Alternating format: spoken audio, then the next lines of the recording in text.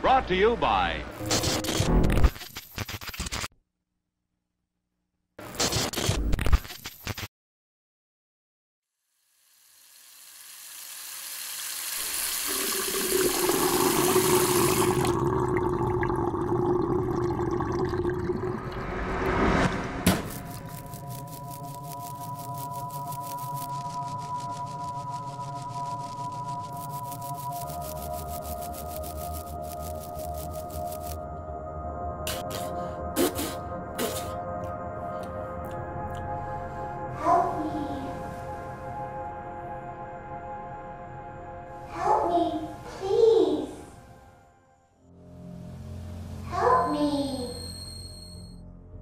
Hello? Is someone there? The clown brought us down here. We all float. I'm Vicky Burrows. I'm Matthew O'Connor. We're all the dead kids.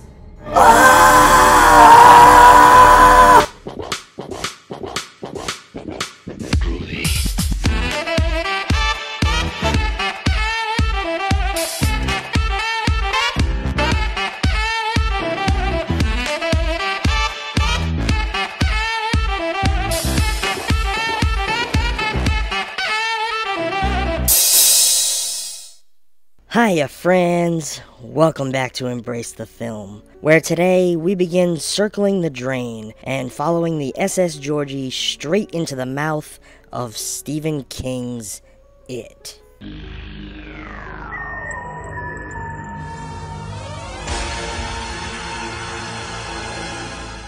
Even though technically a made-for-TV miniseries, I have always considered it to be a two-part movie, based on one of Stephen King's most prolific novels, taking us into the quiet town of Derry, Maine, where we meet 7 friends: Bill, Mike, Beverly, Eddie, Richie, Stan, and Ben, dubbed the Losers Club, who have all been experiencing something strange, much of which seems to revolve around a mysterious clown called Pennywise that continuously terrorizes each of them whenever they are alone.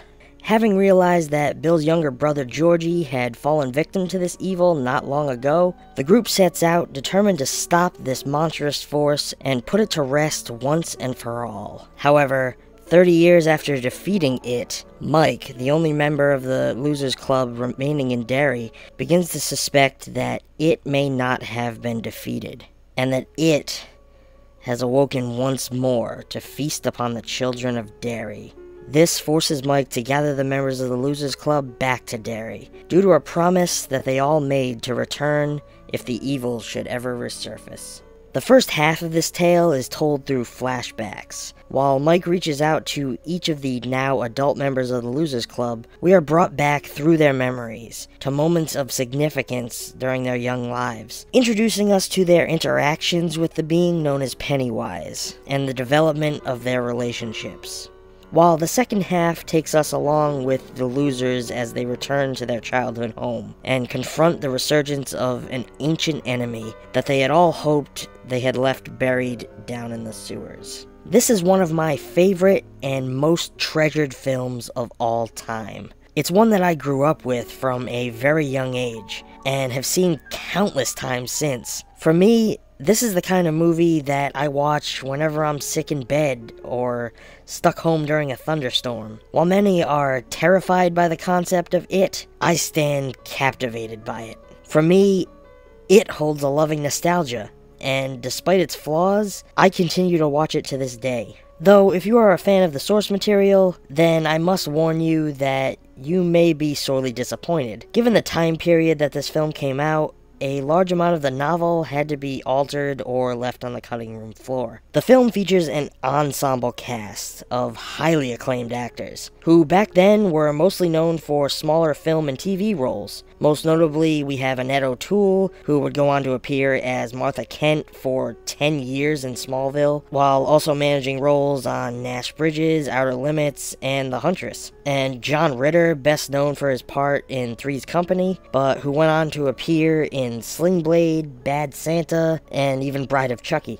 But these aren't the only stars who shine here. We are also treated to a memorable performance by Richard Thomas, Harry Anderson, Tim Reed, Dennis Christopher, who we just recently saw resurface as Mr. Mogi in Quentin Tarantino's Django Unchained, and Richard Masur, who many horror fans might recognize from his role as Clark in John Carpenter's infamous The Thing. On the younger side, we have the late Jonathan Brandis, who appeared in many classic films like Ladybugs, Neverending Story 2, Stepfather 2, Heart's War, and Outside Providence, before he tragically took his own life back in 2003. Brandis delivered a performance in this with moments that were so powerful that today it's kind of hard not to read into the pain he displays. It makes you wonder how much reality we were watching him filter into his work for all those years. Emily Perkins, who has recently gone on to portray the psychotic Becky in the hit series Supernatural, and before that starred in the angsty, female-driven werewolf film Ginger Snaps, who physically hasn't changed really at all. Honestly, every time I see her, I am taken right back to the young Beverly Marsh. We've also got Adam Frazell, Brandon Crane, Ben Heller, and a very young Seth Green, who followed this up with an illustrious career in comedy and cinema, and who not long after this appeared in another gem from my youth, Tix. And of course, we can't get by without talking about the maniacal performance of legendary Tim Curry as Pennywise, whose image and laughter to this day haunt the nightmares of many. Though his screen time is minimal throughout the course of this two-part endeavor, every moment he appears is utilized to deliver the most striking and lasting effect. I feel like this was one of those roles of a lifetime for Curry, as he seems to relish in the blend of fun-loving joy and horrifying malice, hamming it up in each scene to deliver the most lasting and memorable performance of his career. And we're talking about a man who rocked the house in Rocky Horror Picture Show, chewed up the scenery in Clue, and stepped from both the caverns of hell as an embodiment of Satan himself in Legend. To this day, his menacing, guttural laughter still haunts me to my very core, and I love every second of it. Today we have a new iteration of the character, which many have dubbed far more horrifying than the original, to which I do agree to some regard, though I feel that Tim Curry's portrayal will always be the true Pennywise for me. Not just because I grew up with it, but because he portrays it more as a fun-loving clown that uses his persona to lure the children of Derry, rather than immediately being a terrifying, flesh-hungry beast. Looking at it in the broad sense, and by today's standard, the acting suffers quite a lot to the fatigue of 90s era TV. It can be downright cheesy at times, but I feel that most of that comes from the set pieces that the actors are made to interact with. Each of these performers give it their all, and deliver the types of characters that you would honestly expect to crawl from the pages of King's work. This 1990 adaptation came from director Tommy Lee Wallace, who many of you will know from his work in the Halloween franchise, most notably Halloween 3,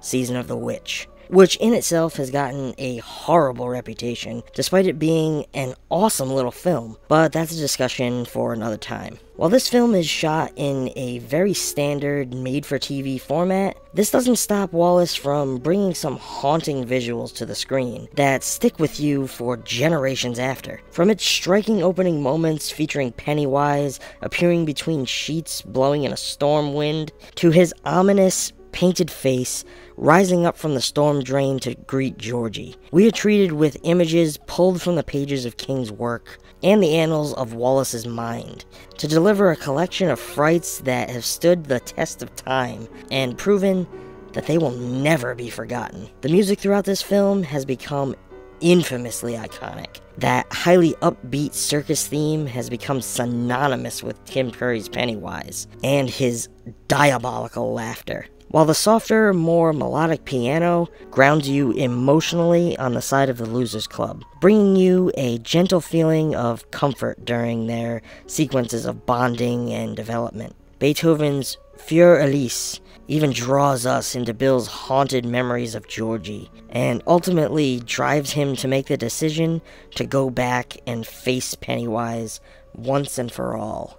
The one thing I will say that brings this film down the most is the pacing of the editing. By today's standards, it doesn't hold up as well and kind of keeps the film stranded at a snail's pace, due mostly to the confines of having to edit to 90s TV standards. Each moment is cut to build from commercial to commercial, even dipping to black to leave space for them.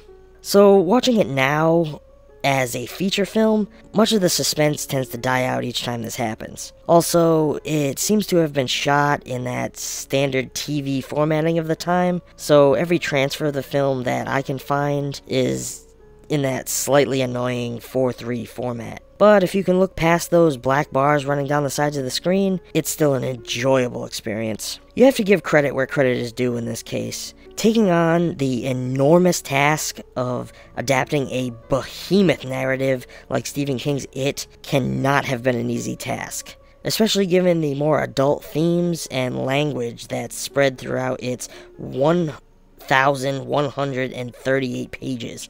So you have to admit, it's quite impressive to see how they were able to weave its core themes into something fit for 90s television audiences, while still maintaining its grim appeal and the true horrors of its nightmarish villain. Despite its flaws, I will never not love this film for everything that it is. It's one of the few movies that I currently own on all major formats, including VHS, DVD, and Blu-ray. It is a film that I was introduced to when I was still young enough to be able to relate to Georgie and the rest of the Losers Club, and that I have grown up watching over and over. I'm giving Stephen King's It an A. For those of you who may still be new to horror and may not have seen this one, because you basically have to be brand new to horror to not have seen this one, I implore you to check this one out before you've seen the new adaptation. Having this in the back of your mind is only going to make seeing the new one that much better, because you will be able to see how much they elevated the stakes. This film may not sit right with new audiences, mostly because it is quite dated now, but it is still a film that any real horror fan should seek out and enjoy for what it is.